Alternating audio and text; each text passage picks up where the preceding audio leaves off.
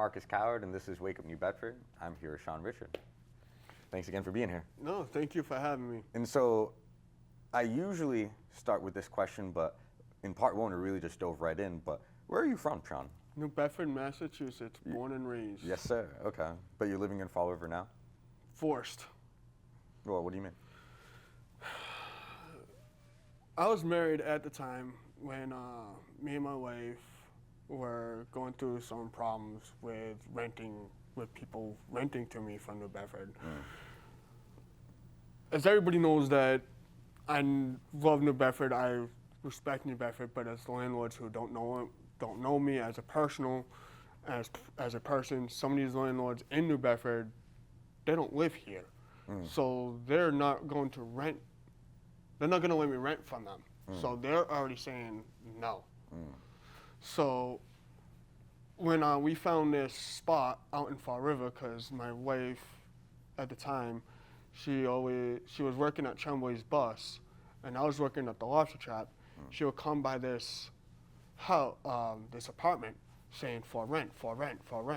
And she got pissed. She goes, Sean, we might as well just get this spot. I'm like, for 3 weeks, I was battling saying, no, I don't want to go to Fall River. Yeah. Like, no, I don't want to go to Fall River. Like, Sure. New Bedford's my hometown. I want to stay here. I want to stay closer to my daughter, closer to our daughter. She's like, you don't have a choice. It's like, do you want your kid back or don't you? All right, fine. So I checked it out. This person rented to us. He had no idea who I was. He had nothing. He had no credit report, nothing. So I went to a real estate agent to grab this. So the real estate agent saw that I had some funds. She also knew that I had some backup. So she looked at the backup. She goes, you're getting this apartment like right now. Wow. So I was like, all right, cool. Now, when do I get the keys? She called up the landlord, said, yep, he's got it. What about you're moving in the last week of the month. So how are you going to pay the first of the month? Well, the landlord said, he's taking care of for the next 2 months. We're just going to move forward for the third month. So the first 2 months were golden for me. Cool. So that's how I was forced out into Fall River. It wasn't my idea, but now I'm trying to come back to New Bedford just to rent out, to be closer to my daughter. Now that my ex-wife is no longer in the picture, that's a different story. Don't want to get in too much detail in that, but she's got her own problems that she's going to be dealing with the court of law. Sure. And so now you're in Fall River, but we ended the last interview with talking about sports, and you were talking about your coach, and you had mentioned the Special Olympics. So how did you get involved with that? Special Olympics. My friend of mine, Greg Orris, says, hey, we kind of need your expertise. We know that you're a hell of an athlete. You're like one of the best athletes that's actually an athlete, like a regular athlete. Why don't you come play for us? Like, you know that you won trophies. We know that you won some other stuff. We also know that you was captain for all these teams that you played for. Play for us. Sure. So I was like, all right, whatever. I went to talk to the coach. Coach goes, how good are you? So give me the football and I'll show you. So that was one sport. He goes, can you play basketball? Give me the basketball and I'll beat you. He called BS, and I said, I'm going to run this game. I'm going to run you like you've never been run before. Sure. He's like, where the hell did you come from? Like, what was I, like, the way that he described it, what are you, the next Larry Bird or something? Like, really? Like, you're not a Jordan, but you almost, I can compare you to that stat, but except for a lower level. So, yeah, so that's how that started. And then volleyball, I never played the sport in my life. I just wanted to try it, and volleyball was just a sport that I can actually beat almost anybody in. Sure. And you started playing sports when you were young? Started playing since I was 3 or 4 years old. Yeah. What was the first sport you remember getting into? First sport I was getting into was baseball. Oh, yeah? And that was because my dad was, he was a baseball person himself, and he played basketball, but I ended up just playing baseball first. Sure. Then became basketball. Never really played football for any type of leagues. It was just backyard leagues or just a pickup game or something like that. And so, are you still active in the Special Olympics community? Yep. I right now currently am playing basketball for them on Saturday. Our next game is next Saturday. Not tomorrow, but the following Saturday is going to be our last game for the season. The Special Olympics are you talking about like the national team, or is there like a local or regional team that you're part of? It's a local regional team that I'm part of, and how you get involved is you have to have a disability, or actually anybody can get involved. But the problem is it's called partners. Partners are not considered athletes. Okay. Me, the only reason why I'm considered an athlete is because of my head injury, and I have paperwork to back it up. So the head injury never played a full effect into my body where it would stop me from playing sports. I was never going to let that happen. Sure. So that's how I got involved. For you, if you want to get involved, you just go to the coach. I can give you his number, and you'll go, hey, I'm interested in what you guys play and where you guys travel to. And that's how it would work. And so, did you feel like sports was helping with your mental health as well, or was it really just out of pleasure and because you were good at it? Sports, how do I put that into a short sentence?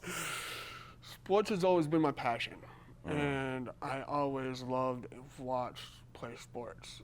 That was my thing, and still active to this day. I do it to better my game, or I feel younger again, because let's face it, right now one of our partners is 18. Sure. To be in that court, you got to beat me. If you can beat me on that court, then the court is yours. But until you beat me on my own court, sorry, man, that court's sticking with me, and it's going to make me feel younger, and it's going to only do is embarrass you because you're 18. You just got beat someone who's twice your age. Sure. Yeah. So it can give you some confidence and make you feel young too. Yeah. Yeah. That's what it does. That's the main. A guy at my age, that's what I want to do, is feel young again, not feel old. So how old are you? 38. 38. Yeah. But what'd you think I was? Well, so when you were talking about when you graduated high school, I was kind of doing the math. 2004 is when I graduated. 2002 is when I made my first video. So Yeah. how would you really think I was before you asked that question? I'm not sure. I mean, maybe early 30s, late 20s. Yeah. Okay, now I like you much better. Yeah. Okay. Appreciate it. And so so now talking about sports, talking a little bit about mental health and what it does for your sense of being, really. You had mentioned that you wanted to talk about depression. So what does depression mean to you? Depression I'm fighting every day. And how do I get past it is a question that I don't even know how I even can answer that, I should say. I look at depression as something I have to battle. It's one of the things I battle. But I also got a bigger goal. If I die today, would I be happy with myself that I didn't finish college or I didn't get my degree where I was so close? No, I would never be happy about that. But do I look to seek death? No. But I also look at every day is granted to me. But I also got to look at it this way. Every day is a good day to die. And I say this not to throw anybody saying, oh, he said this. No, there's a meaning to it. Because no one knows when they're going to get hit again. No one knows if today's their last day.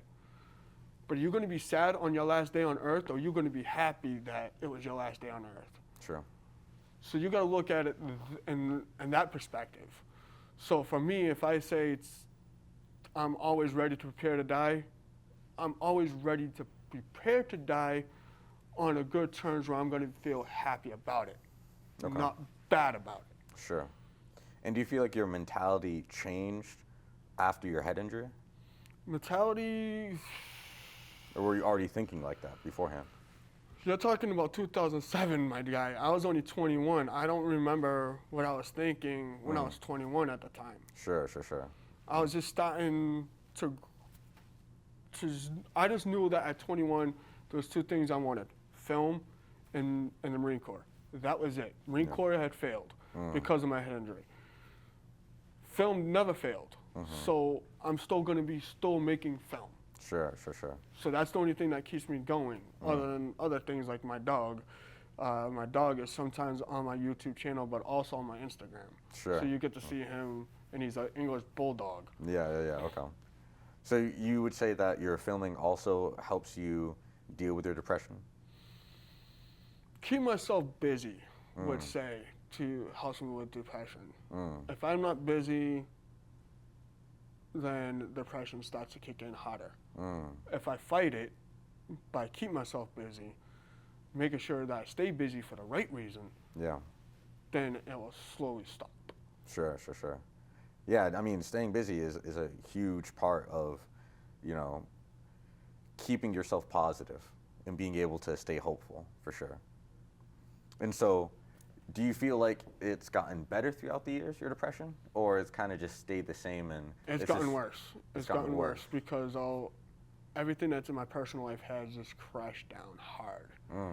So, like, for example, me losing my daughter, not having her in my custody, I haven't had a sleepover with her for almost 7 to 8 years now. Really? And she's 9 years old.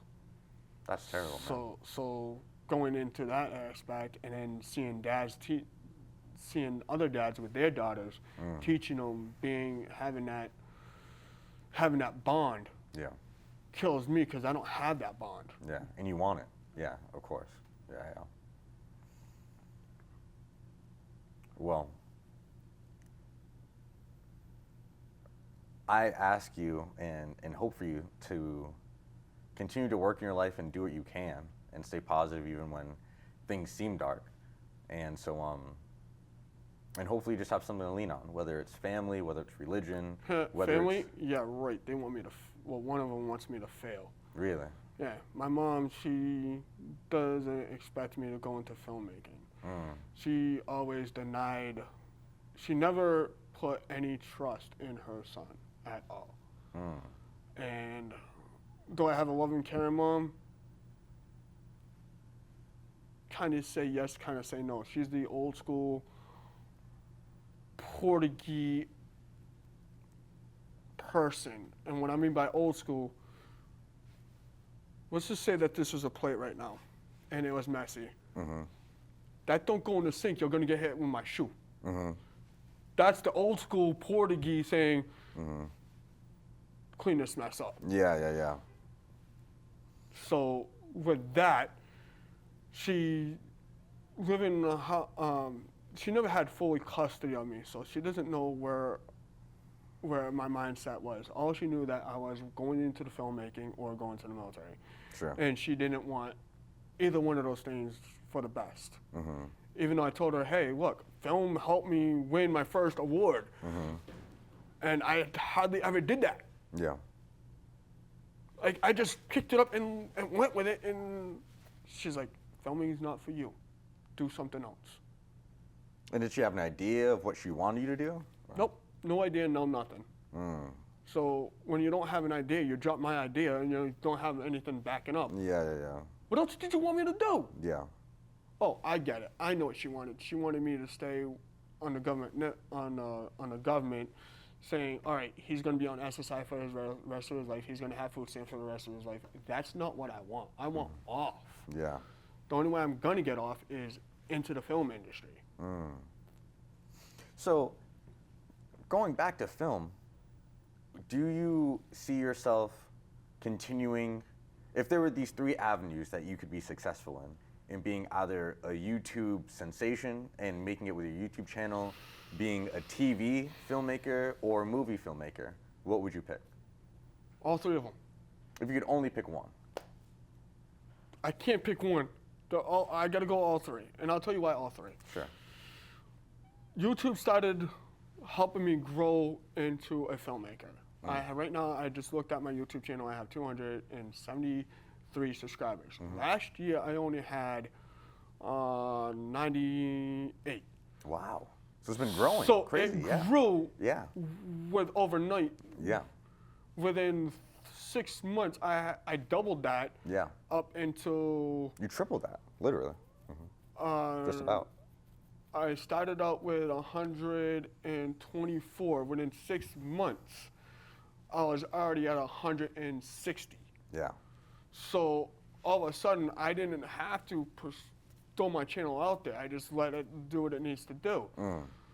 That only works for a little bit. Yeah. I need someone else to help me run my YouTube channel. After I'm done with a video, just sit on your ass and just plug this into every single outlet that you can. Yeah. And get the word out. And yes, I'll pay you for that. So don't think you're gonna do it. Don't think you're doing it for free. You're definitely gonna get money out of that. Yeah. And so that's YouTube, but then how come you have to also pick TV and movies? All right, I gotta take TV because TV is another outlet that I need. Why is that another outlet I need? Is because it's going to promote me into my business, which you saw with the shirt that I just gave you. Sure. So how is that gonna grow? Well, TV is the next step out of YouTube because if you look at it, now everything has a streaming device on it now. Yep. So if streaming devices is going to be the next step, YouTube's almost going out of business, not out of business, but almost out of style. I got to find something else to replace it. And as for movies, who doesn't go to a movie theater? Who doesn't watch movies? Movies is still going to be a #1 key. Yeah. It had its downs, but it came back up to being #1 outlet. Yeah. So what do? I got to make a movie out of this. And how do I make a movie out of this? What am I going to make a movie out of? My head injury. Why not? Sure. Recreate that documentary my way. I'm looking for this is where the money comes in, and this is where I don't have to have college students. If anybody is willing, wants to make it serious cash, help me make this documentary, I guarantee you that it's going to go viral. And why is it going to go viral? Because you had the violence. You have a kid who was beaten up at 21. No one said he was going to get his diploma. Got that after my head injury. What else am I going to get after my head injury? Oh yeah, 2 college degrees on top of that. Wow. So I'm going to get an associate's first, then I'm going to go get my bachelor's. Yeah. Anything else that I can top on that? Do I want to go for a master's? No, thank you. I'll just stick with that, and whatever comes after that will come into place. And so you just see it as all part of the natural process of you continuing to be a filmmaker. Correct. Yeah. So there's not just one outlet. There's all 3 outlets. Yeah. And I'm going to need all 3 to help with my personal, not just my personal life, but with my lifetime goal. And those are some good goals. Yeah, absolutely. And so now that even part 2 is kind of coming to an end, we have a few minutes left. This can really be the last question that we focus on, is about STEAM. Okay. So what does STEAM mean to you? We're going to have to go to part 3. We're definitely going to have to go to part 3 on this one. Because there's so much to talk about on STEAM, and how I found out on STEAM was, first off, let me explain what STEAM is. Science, technology, engineering, art, and math. Yeah. But some people will say STEM, like a college that me and you go to. They say STEM. They leave the A out. Yeah. Well, last time I checked, do you draw a 4 or do you write a 4? Yeah, you draw a 4. Yeah. So why isn't art before the M? Because all fundamentals have art in it. No matter what, even this, to build this table, it had to be drawn, Yeah. right? So this is wood, this is some type of art, and it's also measurements. Also with math. Not just math, you also need the technology of how you're gonna build this. Well, you need a hammer and nails or some type of glue so this table could actually stand, which is the technology Yeah. comes into play. So how did my adventure start? Well, it started with Ben Gelberg, which was Introduction into STEAM. But then I came up with my own project. How am I going to tell this a lot better? Budget cuts. Budget cuts was a big thing, and it still is a big thing. And the first thing that gets cut from a budget is the art. Yeah. Yeah. Well, if you cut out the art, who's going to draw this? Who's going to make this table? Yeah. Who's going to make the technology that's behind it? You can't, not without the art. Yeah. So when I can't take all the credit, it's from this band who I liked was Godsmack. Sully Erner, who got interviewed, he said it into the interview is that the first thing that goes is the music. But what is music? Music is another form of art. Yeah. So so it's fair to say that I can actually say, first thing that goes in the budget is the art. So when I found this out, I went into my own little project. How do I save art? But then I started thinking, how do I save steam? Because if art is steam, then what am I going to really fall on? So I started asking professors and a bunch of other people what they think about STEM versus STEAM. Sure. So that's how that all started onto my YouTube channel. Okay. And that's what started the whole STEM versus STEAM. Sure. And I'm still working on it. And I'm not giving that up because if that actually got a lot of views. Sure. So now I'm asking for people on not just in college, but now I'm asking people outside of college what they think. And what have been some of the responses that you've gotten? No response yet because I haven't pushed it. If I need to push that to become more successful at it. So I got some responses back from the teachers, the professors from Bristol Community College, and they all liked it. But I never got a response back from the views. The views is what's skyrocketing. Right Sure. now, when I looked at my last one, it had 100 views. Amazing. Nice. And that was like 3 months ago. So if I'm getting 100 views off that one video, why isn't the rest of the show following through? So I need to relook at what am I doing wrong, what am I doing right, and then fluctuate that way and see how that is going to play out. Sure.